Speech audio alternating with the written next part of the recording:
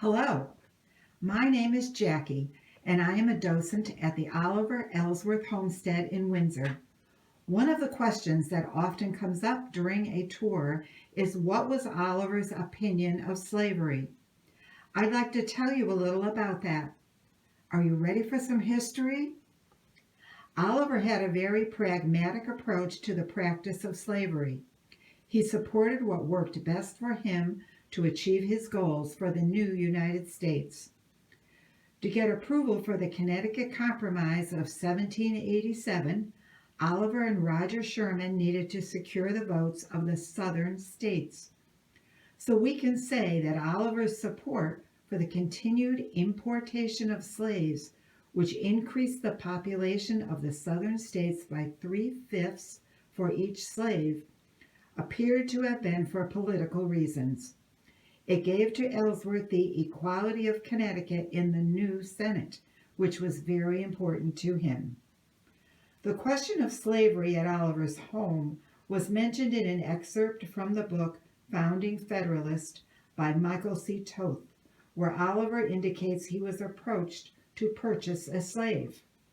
And I quote, "It was apparent in this letter from Oliver to Abigail that they had previously discussed a female slave that belonged to an officer named Colonel Pattern. Oliver says, I came to no agreement with Colonel Pattern.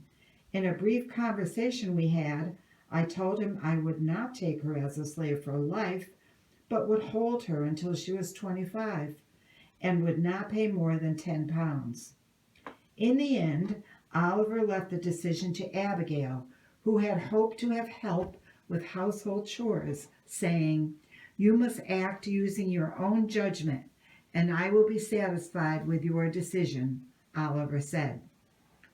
As a delegate in Philadelphia, Ellsworth left the wisdom or morality of slavery to the states, and now he was deferring to his wife as to whether they would acquire a slave.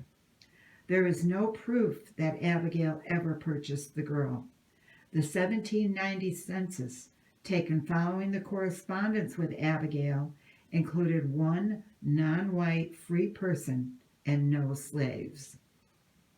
So what do you think? Was Oliver opposed to slavery? Or was he just not willing to declare his opinion and just leave the decision-making to others? I hope you will consider visiting the Oliver Ellsworth Homestead in person once the state virus mandate is lifted and allow us to show you his beautiful home. Known as Elmwood, this historic property is owned and maintained by the Connecticut Daughters of the American Revolution.